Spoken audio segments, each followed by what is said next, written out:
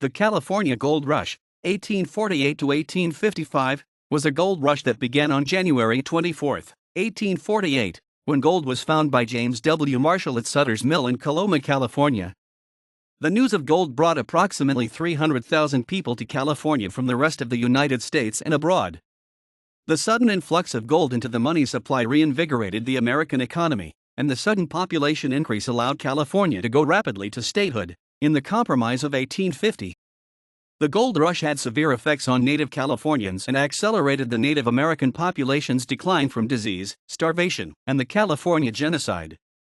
By the time it ended, California had gone from a thinly populated ex-Mexican territory to having one of its first two U.S. senators, John C. Fremont, selected to be the first presidential nominee for the new Republican Party, in 1856. The effects of the gold rush were substantial. Whole indigenous societies were attacked and pushed off their lands by the gold seekers, called 49ers, referring to 1849, the peak year for gold rush immigration. Outside of California, the first to arrive were from Oregon, the Sandwich Islands, Hawaii, and Latin America in late 1848. Of the approximately 300,000 people who came to California during the gold rush, about half arrived by sea and half came overland on the California Trail and the Gila River Trail. 49ers often faced substantial hardships on the trip. While most of the newly arrived were Americans, the gold rush attracted thousands from Latin America, Europe, Australia, and China. Agriculture and ranching expanded throughout the state to meet the needs of the settlers. San Francisco grew from a small settlement of about 200 residents in 1846 to a boomtown of about 36,000 by 1852. Roads, churches, schools, and other towns were built throughout California. In 1849, a state constitution was written. The new constitution was adopted by referendum vote, and the future state's interim first governor and legislature were chosen. In September 1850, California became a state. At the beginning of the gold rush, there was no law regarding property rights in the goldfields, and a system of staking claims was developed. Prospectors retrieved the gold from streams and riverbeds using simple techniques, such as panning. Although the mining caused environmental harm, more sophisticated methods of gold recovery were developed and later adopted around the world. New methods of transportation developed as steamships came into regular service. By 1869, railroads were built from California to the eastern United States. At its peak, technological advances reached a point where significant financing was required, increasing the proportion of gold companies to individual miners.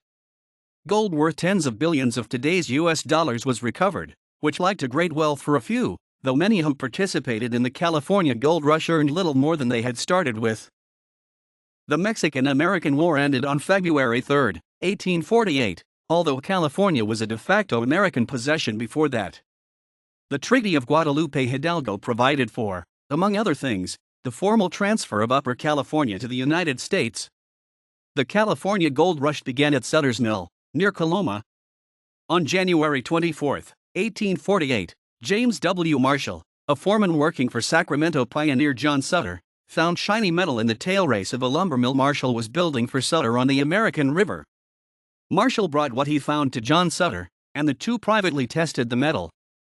After the tests showed that it was gold, Sutter expressed dismay. He wanted to keep the news quiet because he feared what would happen to his plans for an agricultural empire if there were a mass search for gold.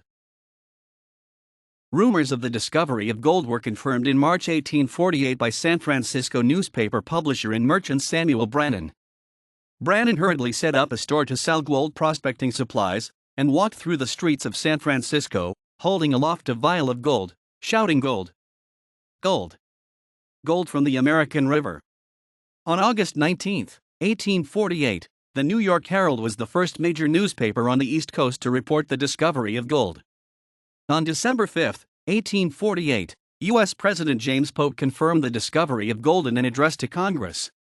As a result, individuals seeking to benefit from the gold rush, later called the 49ers, began moving to the gold country of California or motherlode from other countries and from other parts of the United States. As Sutter had feared, his business plans were ruined after his workers left in search of gold, and squatters took over his land and stole his crops and cattle. San Francisco had been a tiny settlement before the rush began. When residents learned about the discovery, it at first became a ghost town of abandoned ships and businesses, but then boomed as merchants and new people arrived. The population of San Francisco increased quickly from about 1,000 in 1848 to 25,000 full-time residents by 1850. Miners lived in tents, wood shanties, or deck cabins removed from abandoned ships. In what has been referred to as the first world-class gold rush, there was no easy way to get to California. 49ers faced hardship and often death on the way. At first, most Argonauts, as they were also known, traveled by sea. From the East Coast, a sailing voyage around the tip of South America would take 4 to 5 months and cover approximately 18,000 nautical miles, 21,000 miles, 33,000 kilometers. An alternative was to sail to the Atlantic side of the Isthmus of Panama, take canoes and mules for a week through the jungle, and then on the Pacific side, wait for a ship sailing for San Francisco. There was also a route across Mexico starting at Veracruz. The companies providing such transportation created vast wealth among their owners and included the U.S. Mail Steamship Company, the federally subsidized Pacific Mail Steamship Company, and the Accessory Transit Company. Many gold seekers took the overland route across the continental United States, particularly along the California Trail. Each of these routes had its own deadly hazards, from shipwreck to typhoid fever and cholera. In the early years of the rush, much of the population growth in the San Francisco area was due to steamship travel from New York City through overland portages in Nicaragua and Panama and then back up by steamship to San Francisco. Supply ships arrived in San Francisco with goods to supply the needs of the growing population. When hundreds of ships were abandoned after their crews deserted to go into the gold fields, many ships were converted to warehouses, stores, taverns, hotels, and one into a jail. As the city expanded and new places were needed on which to build, many ships were destroyed and used as landfill. Within a few years, there was an important but lesser-known surge of prospectors into far northern California, specifically into present-day Siskiyou, Shasta, and Trinity counties. Discovery of gold nuggets at the site of present-day Wairika in 1851 brought thousands of gold seekers up the Siskiyou Trail and throughout California's northern counties. Settlements of the Gold Rush era, such as Portuguese Flat on the Sacramento River, sprang into existence and then faded. The Gold Rush town of Weaverville on the Trinity River today retains the oldest continuously used Taoist temple in California, a legacy of Chinese miners who came. While there are not many Gold Rush era ghost towns still in existence, the remains of the once bustling town of Shasta have been preserved in a California State Historic Park in Northern California. Gold was also discovered in Southern California but on a much smaller scale. The first discovery of gold, at Rancho San Francisco in the mountains north of present-day Los Angeles, had been in 1842, 6 years before Marshall's discovery, while California was still part of Mexico. However, these first deposits, and later discoveries in Southern California mountains, attracted little notice and were of limited consequence economically. By 1850, most of the easily accessible gold had been collected, and attention turned to extracting gold from more difficult locations. Faced with gold increasingly difficult to retrieve, Americans began to drive out foreigners to get at the most accessible gold that remained. The new California state legislature passed a foreign miners tax of $20 per month, $610 per month as of 2020, and American prospectors began organized attacks on foreign miners, particularly Latin Americans and Chinese. In addition, the huge numbers of newcomers were driving Native Americans out of their traditional hunting, fishing, and food gathering areas. To protect their homes and livelihood, some Native Americans responded by attacking the miners. This provoked counterattacks on native villages. The Native Americans, outgunned, were often slaughtered. Those who escaped massacres were many times unable to survive without access to their food gathering areas, and they starved to death. Novelist and poet Joaquin Miller vividly captured one such attack in his semi-autobiographical work, Life Amongst the Modocs. The first gold found in California was made on March 9, 1842. Francisco Lopez, a native California, was searching for stray horses. He stopped on the bank of a small creek in what later was known as Placerita Canyon, about 3 miles, 4.8 kilometers, east of the present-day New Howell, California, and about 35 miles, 56 kilometers, northwest of Los Angeles. While the horses grazed, Lopez dug up some wild onions and found a small gold nugget in the roots among the onion bulbs. He looked further and found more gold. Lopez took the gold to authorities who confirmed its worth. Lopez and others began to search for other streambeds with gold deposits in the area. They found several in the northeastern section of the forest, within present-day Ventura County.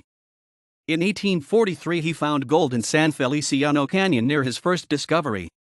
Mexican miners from Sonora worked the placer deposits until 1846, when the Californios began to agitate for independence from Mexico, and the Bear Flag Revolt caused many Mexicans to leave California. The first people to rush to the goldfields, beginning in the spring of 1848, were the residents of California themselves, primarily agriculturally oriented Americans and Europeans living in Northern California, along with Native Americans and some Californios, Spanish-speaking Californians. These first miners tended to be families in which everyone helped in the effort. Women and children of all ethnicities were often found panning next to the men. Some enterprising families set up boarding houses to accommodate the influx of men. In such cases, the women often brought in steady income while their husbands searched for gold. Word of the gold rush spread slowly at first. The earliest gold seekers were people who lived near California or people who heard the news from ships on the fastest sailing routes from California. The first large group of Americans to arrive were several thousand Oregonians who came down the Siskiyou Trail. Next came people from the Sandwich Islands, and several thousand Latin Americans, including people from Mexico, from Peru, and from as far away as Chile, both by ship and overland. By the end of 1848, some 6,000 Argonauts had come to California. Only a small number, probably fewer than 500, traveled overland from the United States that year. Some of these 48ers, as the earliest gold seekers were sometimes called, were able to collect large amounts of easily accessible gold, in some cases, thousands of dollars worth each day. Even ordinary prospectors averaged daily gold finds worth 10 to 15 times the daily wage of a laborer on the East Coast. A person could work for 6 months in the goldfields and find the equivalent of 6 years' wages back home. Some hoped to get rich quick and return home, and others wished to start businesses in California. By the beginning of 1849, word of the gold rush had spread around the world, and an overwhelming number of gold seekers and merchants began to arrive from virtually every continent. The largest group of 49ers in 1849 were Americans, arriving by the tens of thousands overland across the continent and along various sailing routes. The name 49er was derived from the year 1849. Many from the East Coast negotiated a crossing of the Appalachian Mountains, taking to riverboats in Pennsylvania, poling the keelboats to Missouri River wagon train assembly ports, and then traveling in a wagon train along the California Trail. Many others came by way of the Isthmus of Panama in the steamships of the Pacific Mail Steamship Company. Australians and New Zealanders picked up the news from ships carrying Hawaiian newspapers, and thousands, infected with gold fever, boarded ships for California. 49ers came from Latin America, particularly from the Mexican mining districts near Sonora and Chile. Gold seekers and merchants from Asia, primarily from China, began arriving in 1849, at first in modest numbers to Kumsan, Gold Mountain, the name given to California in Chinese. The first immigrants from Europe, reeling from the effects of the revolutions of 1848 and with a longer distance to travel, began arriving in late 1849, mostly from France, with some Germans, Italians, and Britons. It is estimated that approximately 90,000 people arrived in California in 1849, about half by land and half by sea. Of these, perhaps 50,000 to 60,000 were Americans, and the rest were from other countries. By 1855, it is estimated at least 300,000 gold seekers, merchants, and other immigrants had arrived in California from around the world. The largest group continued to be Americans, but there were tens of thousands each of Mexicans, Chinese, Britons, Australians, French, and Latin Americans, together with many smaller groups of miners, such as African Americans, Filipinos, Basques, and Turks. People from small villages in the hills near Genova, Italy were among the first to settle permanently in the Sierra Nevada foothills. They brought with them traditional agricultural skills, developed to survive cold winters. A modest number of miners of African ancestry, probably less than 4,000, had come from the southern states, the Caribbean, and Brazil. A number of immigrants were from China. Several hundred Chinese arrived in California in 1849 and 1850, and in 1852 more than 20,000 landed in San Francisco. Their distinctive dress and appearance was highly recognizable in the goldfields. Chinese miners suffered enormously, enduring violent racism from white miners who aimed their frustrations at foreigners. To this day, there has been no justice for known victims. Further animosity toward the Chinese led to legislation such as the Chinese Exclusion Act and Foreign Miners Tax. There were also women in the gold rush. However, their numbers were small. Of the 40,000 people who arrived by ship in the San Francisco harbor in 1849, only 700 were women, including pure women, wealthy women, entrepreneurs, prostitutes, single women, and married women. They were of various ethnicities including Anglo-American, African-American, Hispanic, Native, European, Chinese, and Jewish. The reasons they came varied. Some came with their husbands, refusing to be left behind to fend for themselves. Some came because their husbands sent for them, and others came, singles and widows, for the adventure and economic opportunities. On the trail, many people died from accidents, cholera, fever, and myriad other causes, and many women became widows before even setting eyes on California. While in California, women became widows quite frequently due to mining accidents, disease, or mining disputes of their husbands. Life in the goldfields offered opportunities for women to break from their traditional work. When the gold rush began, the California goldfields were peculiarly lawless places.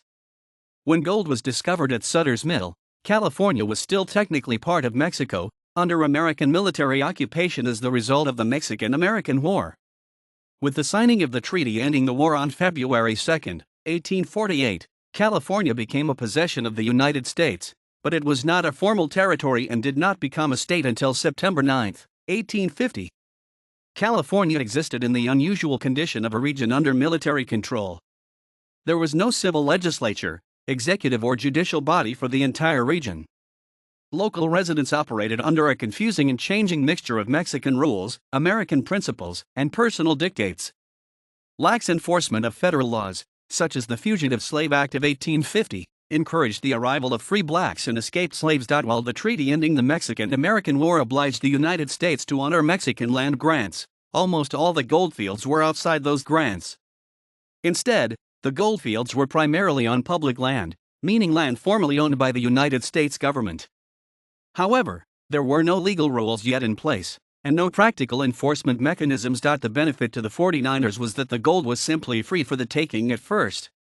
In the goldfields at the beginning, there was no private property, no licensing fees, and no taxes. The miners informally adapted Mexican mining law that had existed in California. For example, the rules attempted to balance the rights of early arrivers at a site with later arrivers. A claim could be staked by a prospector, but that claim was valid only as long as it was being actively worked. Miners worked at a claim only long enough to determine its potential. If a claim was deemed as low value, as most were, miners would abandon the site and search for a better one. In the case where a claim was abandoned or not worked upon, other miners would claim jump the land. Claim jumping meant that a miner began work on a previously claimed site. Disputes were often handled personally and violently, and were sometimes addressed by groups of prospectors acting as arbitrators. This often led to heightened ethnic tensions. In some areas, the influx of many prospectors could lead to a reduction of the existing claim size by simple pressure. 400 million years ago, California lay at the bottom of a large sea. Underwater volcanoes deposited lava and minerals, including gold, onto the sea floor. By tectonic forces, these minerals and rocks came to the surface of the Sierra Nevada and eroded. Water carried the exposed gold downstream and deposited it in quiet gravel beds along the sides of old rivers and streams. The 49ers first focused their efforts on these deposits of gold. Because the gold in the California gravel beds was so richly concentrated, early 49ers were able to retrieve loose gold flakes and nuggets with their hands, or simply pan for gold in rivers and streams. Panning cannot take place on a large scale, and industrious miners and groups of miners graduated to placer mining, using cradles and rockers or long toms to process larger volumes of gravel. Miners would also engage in coyoteing, a method that involved digging a shaft 6 to 13 meters, 20 to 43 feet, deep into placer deposits along the stream. Tunnels were then dug in all directions to reach the richest veins of pay dirt. In the most complex placer mining, groups of prospectors would divert the water from an entire river into a sluice alongside the river, and then dig for gold in the newly exposed river bottom. Modern estimates are that as much as 12 million ounces, 370 t, of gold were removed in the first 5 years of the gold rush. In the next stage, by 1853, hydraulic mining was used on ancient gold-bearing gravel beds on hillsides and bluffs in the goldfields. In a modern style of hydraulic mining first developed in California, and later used around the world, a high-pressure hose directed a powerful stream or jet of water at gold-bearing gravel beds. The loosened gravel and gold would then pass over sluices, with the gold settling to the bottom where it was collected. By the mid-1880s, it is estimated that 11 million ounces, 340 t, of gold, worth approximately $15 billion at December 2010 prices, had been recovered by hydraulic mining. A byproduct of these extraction methods was that large amounts of gravel, silt, heavy metals, and other pollutants went into streams and rivers. As of 1999, many areas still bear the scars of hydraulic mining, since the resulting exposed earth and downstream gravel deposits do not support plant life. After the gold rush had concluded, gold recovery operations continued. The final stage to recover loose gold was to prospect for gold that had slowly washed down into the flat river bottoms and sandbars of California's Central Valley and other gold-bearing areas of California, such as Scott Valley in Siskiyou County. By the late 1890s, dredging technology, also invented in California, had become economical, and it is estimated that more than 20 million ounces, 620 t, were recovered by dredging. Both during the gold rush and in the decades that followed, gold seekers also engaged in hard rock mining, extracting the gold directly from the rock that contained it, typically quartz, usually by digging and blasting to follow and remove veins of the gold-bearing quartz. Once the gold-bearing rocks were brought to surface, the rocks were crushed and the gold separated, either using separation in water, using its density difference from quartz sand, or by washing the sand over copper plates coated with mercury, with which gold forms an amalgam. Loss of mercury in the amalgamation process was a source of environmental contamination. Eventually, hard rock mining became the single largest source of gold produced in the gold country. The total production of gold in California from then till now is estimated at 118 million ounces, 3,700 t. Recent scholarship confirms that merchants made far more money than miners during the gold rush. The wealthiest man in California during the early years of the rush was Samuel Brannan, a tireless self-promoter, shopkeeper, and newspaper publisher. Brannan opened the first supply stores in Sacramento, Coloma, and other spots in the goldfields. Just as the rush began, he purchased all the prospecting supplies available in San Francisco and resold them at a substantial profit. Some gold seekers made a significant amount of money. On average, half the gold seekers made a modest profit, after taking all expenses into account. Economic historians have suggested that white miners were more successful than black, Indian, or Chinese miners. However, taxes such as the California Foreign Miners Tax passed in 1851 targeted mainly Latino miners and kept them from making as much money as whites, who did not have any taxes imposed on them. In California, most late arrivals made little or wound up losing money. Similarly, many unlucky merchants set up in settlements which disappeared, or which succumbed to one of the calamitous fires that swept the towns that sprang up. By contrast, a businessman who went on to great success was Levi Strauss, who first began selling denim overalls in San Francisco in 1853. Other businessmen reaped great rewards in retail, shipping, entertainment, lodging, or transportation. Boarding houses, food preparation, sewing, and laundry were highly profitable businesses often run by women, married, single, or widowed, who realized men would pay well for a service done by a woman. Brothels also brought in large profits, especially when combined with saloons and gaming houses. By 1855, the economic climate had changed dramatically. Gold could be retrieved profitably from the gold fields only by medium to large groups of workers, either in partnerships or as employees. By the mid-1850s, it was the owners of these gold mining companies who made the money.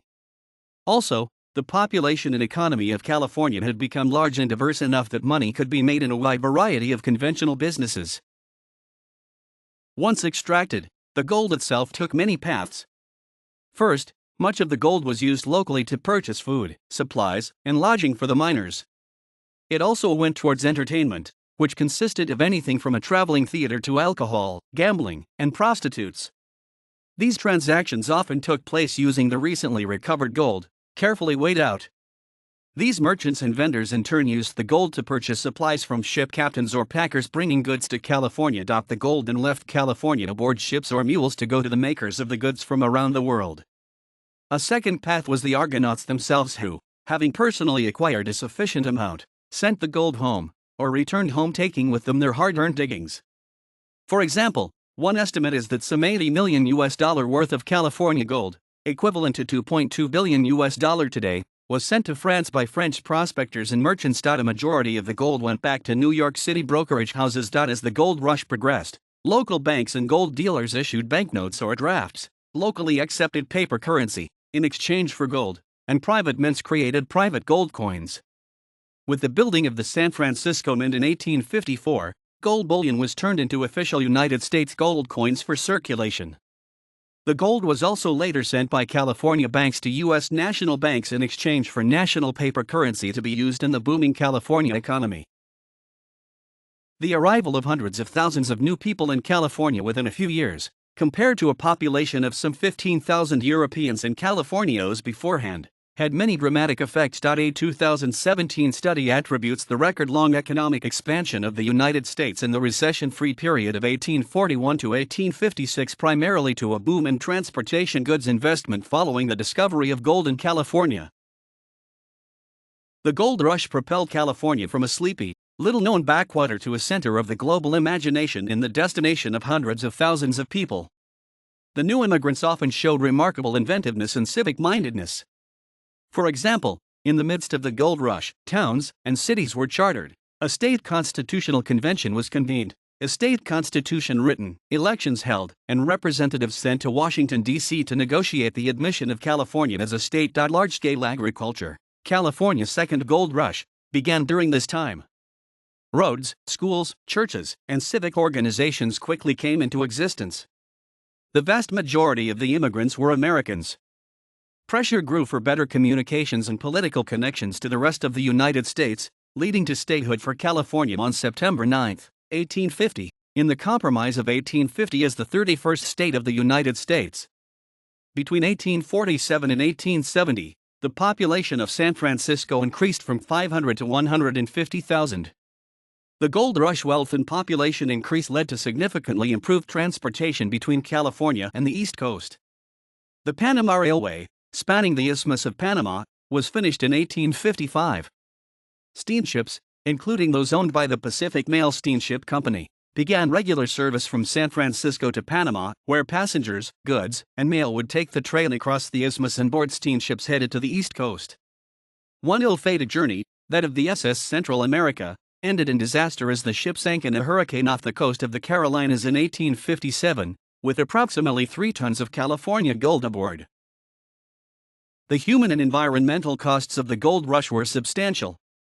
Native Americans, dependent on traditional hunting, gathering, and agriculture, became the victims of starvation and disease, as gravel, silt, and toxic chemicals from prospecting operations killed fish and destroyed habitats. The surge in the mining population also resulted in the disappearance of game and food gathering locales as gold camps and other settlements were built amidst them. Later farming spread to supply the settlers' camps, taking more land away from the Native Americans. In some areas, systematic attacks against tribespeople in or near mining districts occurred. Various conflicts were fought between natives and settlers. Miners often saw Native Americans as impediments to their mining activities. Ed Allen, interpretive lead for Marshall Gold Discoveries State Historic Park, reported that there were times when miners would kill up to 50 or more natives in one day. Retribution attacks on solitary miners could result in larger-scale attacks against native populations, at times tribes or villages not involved in the original act. During the 1852 Bridge Gulch Massacre, a group of settlers attacked a band of Wintu Indians in response to the killing of a citizen named J.R. Anderson. After his killing, the sheriff led a group of men to track down the Indians, whom the men then attacked. Only 3 children survived the massacre that was against a different band of Wintu than the one that had killed Anderson. Historian Benjamin Madley recorded the numbers of killings of California Indians between 1846 and 1873 and estimated that during this period at least 9,400 to 16,000 California Indians were killed by non-Indians, mostly occurring in more than 370 massacres, defined as the intentional killing of 5 or more disarmed combatants or largely unarmed non-combatants, including women, children, and prisoners, whether in the context of a battle or otherwise. According to demographer Russell Thornton, between 1849 and 1890, the indigenous population of California fell below 20,000, primarily because of the killings. According to the government of California, some 4,500 Native Americans suffered violent deaths between 1849 and 1870. Furthermore, California stood in opposition of ratifying the 18 treaties signed between tribal leaders and federal agents in 1851. The state government, in support of minor activities, funded and supported death squads, appropriating over $1 million towards the funding and operation of the paramilitary organizations. Peter Burnett, California's first governor, declared that California was a battleground between the races and that there were only two options towards California Indians: extermination or removal. That a war of extermination will continue to be waged between the two races until the Indian race becomes extinct must be expected. While we cannot anticipate the result with but painful regret, the inevitable destiny of the race is beyond the power and wisdom of man to avert. For Burnett, like many of his contemporaries, the genocide was part of God's plan, and it was necessary for Burnett's constituency to move forward in California. The Act for the Government and Protection of Indians, passed on April 22, 1850 by the California legislature, allowed settlers to capture and use Native people as bonded workers, prohibited Native people's testimony against settlers, and allowed the adoption of Native children by settlers, often for labor purposes. After the initial boom had ended, explicitly anti-foreign and racist tax laws and confiscatory taxes sought to drive out foreigners, not just Native Americans, from the mines. Especially the Chinese and Latin American immigrants, mostly from Sonora, Mexico, and Chile. The toll on the American immigrants was severe as well. 1 in 12 49ers perished, as the death and crime rates during the gold rush were extraordinarily high, and the resulting vigilantism also took its toll. The gold rush stimulated economies around the world as well. Farmers in Chile, Australia, and Hawaii found a huge new market for their food. British manufactured goods were in high demand. Clothing and even prefabricated houses arrived from China. The return of large amounts of California gold to pay for these goods raised prices and stimulated investment in the creation of jobs around the world. Australian prospector Edward Hargreaves, noting similarities between the geography of California and his home country, returned to Australia to discover gold and sparked the Australian gold rushes. Preceding the gold rush, the United States was on a bimetallic standard, but the sudden increase in physical gold supply increased the relative value of physical silver and drove silver money from circulation. The increase in gold supply also created a monetary supply shock. Within a few years after the end of the gold rush, in 1863, the groundbreaking ceremony for the western leg of the first transcontinental railroad was held in Sacramento. The line's completion, some 6 years later, financed in part with gold rush money, united California with the central and eastern United States. Travel that had taken weeks or even months could now be accomplished in days. California's name became indelibly connected with the gold rush, and fast success in a new world became known as the California Dream. California was perceived as a place of new beginnings, where great wealth could reward hard work and good luck. Historian H.W. Brands noted that in the years after the gold rush, the California dream spread across the nation. The old American dream was the dream of the Puritans, of Benjamin Franklin's Poor Richard, of men and women content to accumulate their modest fortunes a little at a time, year by year by year. The new dream was the dream of instant wealth, won in a twinkling by audacity and good luck. This golden dream became a prominent part of the American psyche only after Sutter's Mill. Overnight, California gained the international reputation as the Golden State. Generations of immigrants have been attracted by the California dream. California farmers, oil drillers, movie makers, airplane builders, computer and microchip makers, and .com entrepreneurs have each had their boom times in the decades after the gold rush. Included among the modern legacies of the California gold rush are the California state motto, "Eureka, I have found it," gold rush images on the California state seal, and the state nickname, the Golden State, as well as place names, such as Placer County, Rough and Ready, Placerville, formerly named Dry Diggings and then Hangtown during rush time, Whiskeytown, Drytown, Angels Camp, Happy Camp, and Sawyer's Bar. The 1925 California Diamond Jubilee $50 featured a gold rush era prospector panning for gold. The San Francisco 49ers National Football League team, and the similarly named athletic teams of California State University, Long Beach, are named for the prospectors of the California Gold Rush. In addition, the standard route shield of state highways in California is in the shape of a miner's spade to honor the California Gold Rush. Today, the aptly named State Route 49 travels through the Sierra Nevada foothills, connecting many Gold Rush era towns such as Placerville, Auburn, Grass Valley, Nevada City, Coloma, Jackson, and Sonora. This state highway also passes very near Columbia State Historic Park, a protected area encompassing the historic business district of the town of Columbia. The park has preserved many Gold Rush-era buildings, which are presently occupied by tourist-oriented businesses. The literary history of the gold rush is reflected in the works of Mark Twain, the celebrated jumping frog of Calaveras County, Bret Harte, a millionaire of Rough and Ready, Joaquin Miller, Life Amongst the Modocs, and many others. A number of animated cartoons satirized the California Gold Rush, including Gold Rush Days, Warner Brothers, 1939, 14 Karat Rabbit, Warner Brothers, 1952, and Barbary Coast Bunny, Warner Brothers, 1956.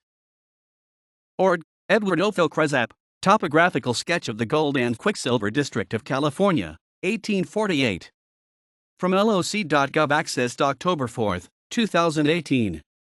Lawson's map from actual survey of the gold, silver and quicksilver regions of Upper California exhibiting the mines, diggings, roads, paths, houses, mills, missions and C&C by J.T. Lawson, ESQ Kala.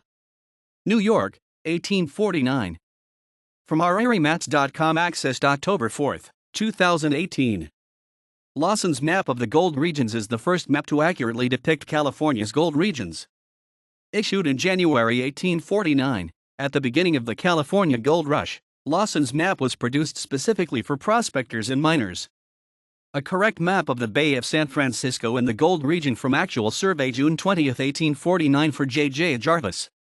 Embracing all the new towns, ranchos, roads, dry and wet diggings, with their several distances from each other. James Monroe and Company of Boston, 1849 from RariMaps.com accessed October 4, 2018. One of the earliest maps of the gold region made from personal observation. Jarvis' map states on it that it was the result of a survey of the diggings made for him on June 20, 1849. George Derby, Sketch of General Riley's route through the mining districts July and August, JMCH Hollingsworth, New York, 1849 from RariMaps.com accessed October 4, 2018. The Sacramento Valley from the American River to Butte Creek, surveyed and drawn by order of Gen. L. Riley, by Lieutenant George H. Derby. September and October 1849, Washington, 1849 from RariMaps.com accessed October 4, 2018. Mapped by Lieutenant George H. Derby, from Tyson's Information in Relation to the Geology and Topography of California. Jackson, William A., Map of the Mining District of California, Lambert and Blaine's Lith, 1850. From LOC.gov accessed October 4, 2018. Map of the Gold Region of California taken from a recent survey by Robert H. Ellis 1850, with early manuscript annotations, George F. Nesbitt, Lith, New York, 1850 from RariMaps.com accessed October 4, 2018. A later 1850 map showing the growing settlement in the goldfields and in that vicinity of the state.